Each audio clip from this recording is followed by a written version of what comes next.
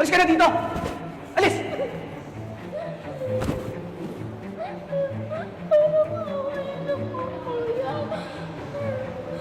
Hindi po ako uwi hanggang hindi po ako nakakabenta. Kuya Guard, sobra ka naman. Bata lang yan. Hindi ka ba naawa? Kitang-kita kung paano mo sinira yung paninda niya. Ano bang problema mo?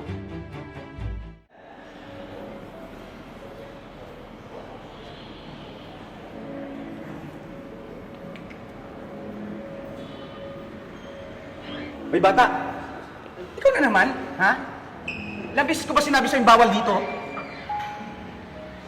Malis ka na! Sige na! Kuya, guard, parang awa niyo na po.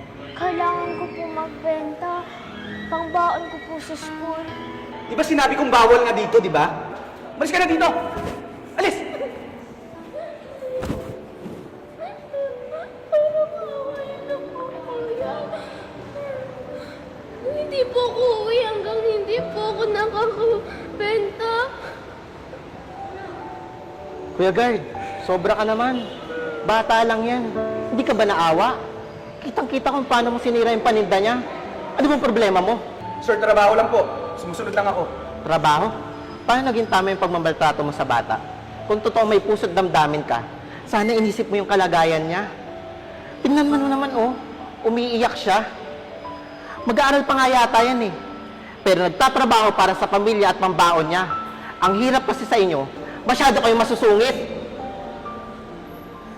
Nasaan yung manager dito o supervisor? Para maturuan ka ng leksyon. Dapat nga matanggal ka sa trabaho eh. Kasi panira ka ng diskarte. Teka, anong kaguluhan to? Ma'am, sumusunod na naman ako sa policy namin eh. Nabawal yung vendors dito.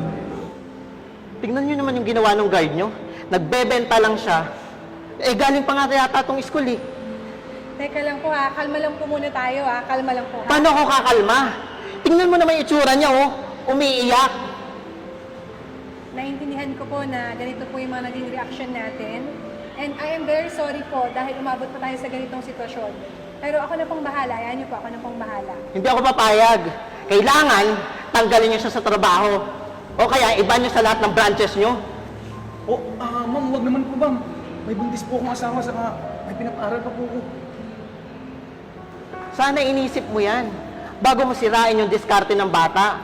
Dapat bayaran mo yung sinira niya o doblehin mo pa. Opo, hindi ako po yung tatawag ng pulis. Teka lang ha, wag muna, sandali lang ha.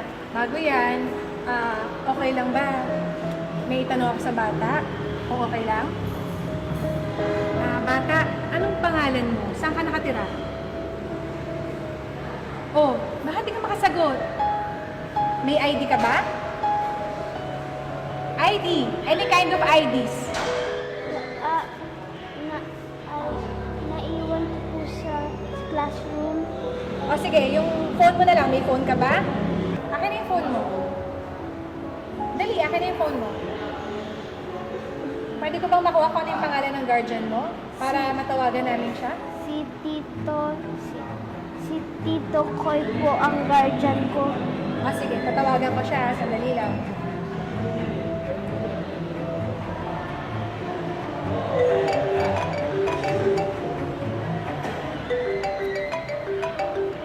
Teka lang ha. Ikaw yung guardian niya? Hindi ko alam kung bakit tumunog yan. Sir, teka lang. Ikaw yung tumutulong sa kanya pero tumunog yung phone mo. Hindi ko alam kung bakit. Scripted ba to? Hindi ko alam kung bakit. Kaya palang lakas ng loob mo, ha? Ako ba yung gawin mo masama? Kasabot ka pala? Sir, wala po akong ginagawang masama. Kung wala kang ginagawang masama, bakit tumunog yung phone mo? Saka bakit di ka makatingin sa amin ng diretso? Sorry na po, sir. Hindi ko naman po sinasadya manloko ng tao eh. At di po ko estudyante. Ano? Hindi ka estudyante? So kaano-ano mo to? Yung totoo? Handler ko po siya. Hindi ko naman po intention manloko ng tao. Alam mo, ha? Hindi dahilan ng kahirapan para manloko ng tao. Ha? May iba pang para magtrabaho ng marangal. Lalo ka na. Alam niyo, tama si Kuya Gerd eh. Ginagawa nila yung trabaho niya.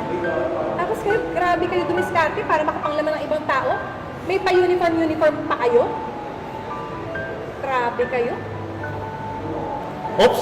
Saan kayo pupunta ha? Huwag kayong umalis dito! Hindi ko mapapalagpas tong pangluloko nyo. Tatawag ako ng pulis para sa tamang aksyon. Teka, walang ganun. Pare-pareho lang tayo nagtatrabaho eh. Kailangan ko ng pera. Kailangan mo ng pera? Magtrabaho ka! Ano bang mahirap makabangon kapag nawala yung tiwala ng tao sa'yo? Ha? Saka sana maging aral na to para sa ating lahat. Hindi lahat na mukhang kawawa ay totoo. Minsan kailangan natin maging mapanuri para hindi tayo maloko. Pasensya na po. Sige na, Tons. Dali ko yan sa May presinto. masama. Tara na! Sumama na kayo sa akin! Pasensya na po kayo. Tara na! Anong guide? Pasensya na po. Pasensya na po mga customers dun sa kaguluhan sa labas. Ginawa na po natin ng aksyon at pinasamahan natin sa guard natin yung modus nung dalawa. Pasensya na po kayo ha kung nagkaroon ng commotion. Dahil po dyan, bibigyan po namin kayo ng 10% discount sa mga binili nyo ngayon. Maraming salamat po sa pag-intindi. Grabe. Kaya nga. Kala ko pa naman yung bata yung kawawa. Yun pala scammer. Buti na lang, alerto si Kuya Guard. Kung hindi, dami na naman naloko nun. Walang magawa talaga ng modus. Wow, napakabait naman pala talaga daddy ng may-ari ng Cafe Mido. Kaya gustong-gusto kong balik-balikan tong place na to eh. Maganda na, mabait pang may-ari. Oo nga. Kaya nga.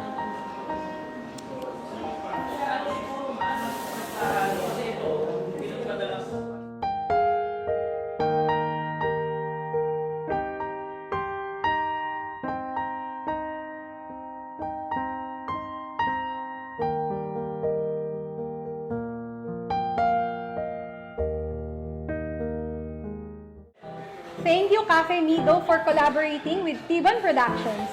Gusto niyo bang makatikim ng kape na nasa bag? At masarap nilang tinapay? Tara na! Punta na sa Cafe Mido, your daily dose of cozy. Located at Victoria Sports Tower. And And this is the Bill of Night, where green is always fresh! Go, go, go! Alam mo, Iha, yung dahilan ng kahirapan. Ha? Para manluto na... Para manluto. Sorry. Para manluto. Para manluto. Sorry. Ando na eh. Kundi na lang, kundi na lang. Ay, matapos na tayo.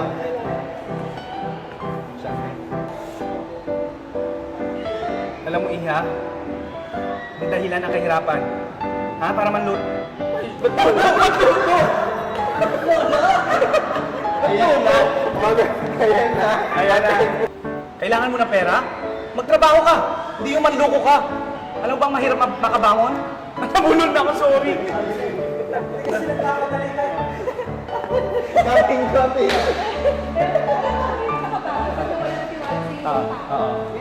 Ayan. Kanalo! Hindi may sukula. Okay, game. Kailangan mo ng pera? Magtrabaho ka.